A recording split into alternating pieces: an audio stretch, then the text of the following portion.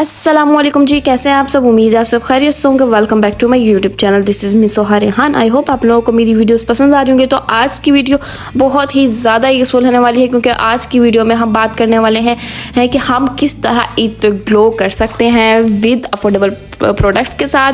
तो यहाँ पे मैं आपके साथ बहुत ही अच्छा अफोर्डेबल फेशियल शेयर कर रही हूँ, जो आपकी स्किन के जो जितने भी प्रॉब्लम्स हुई हुई हैं, जैसे अब रमज़ान है, ज़ाहिर है हमारी डाइट प्लान हमारी बिल्कुल ही हमारी स्किन केयर ख़राब हो चुकी है। तो आज मैं आपके लिए एक अच्छा सा फेशियल लेकर आई हूँ जो बहुत ही अफोर्डेबल है और न्यू फेशियल है रिवाज यूके का। तो यहाँ पे मैं आपको स्टेप बाय स्टेप बता रही हूँ। तो सबसे पहला इनका स्टेप है फेस वॉश, जो मुझे इस किट के साथ रिसीव हुआ था और बहुत ही ज़बरदस्त इसके फीडबैक मिल रहे हैं, क्योंकि मैंने वो किसी और को दे दिया था, वो यूज़ कर रही हैं, तो वो मुझे बहुत ही अच्छे फीडबैक दे रही हैं। यहाँ स्क्रीन पे मैं आपको दिखा दूंगी ये किट के साथ।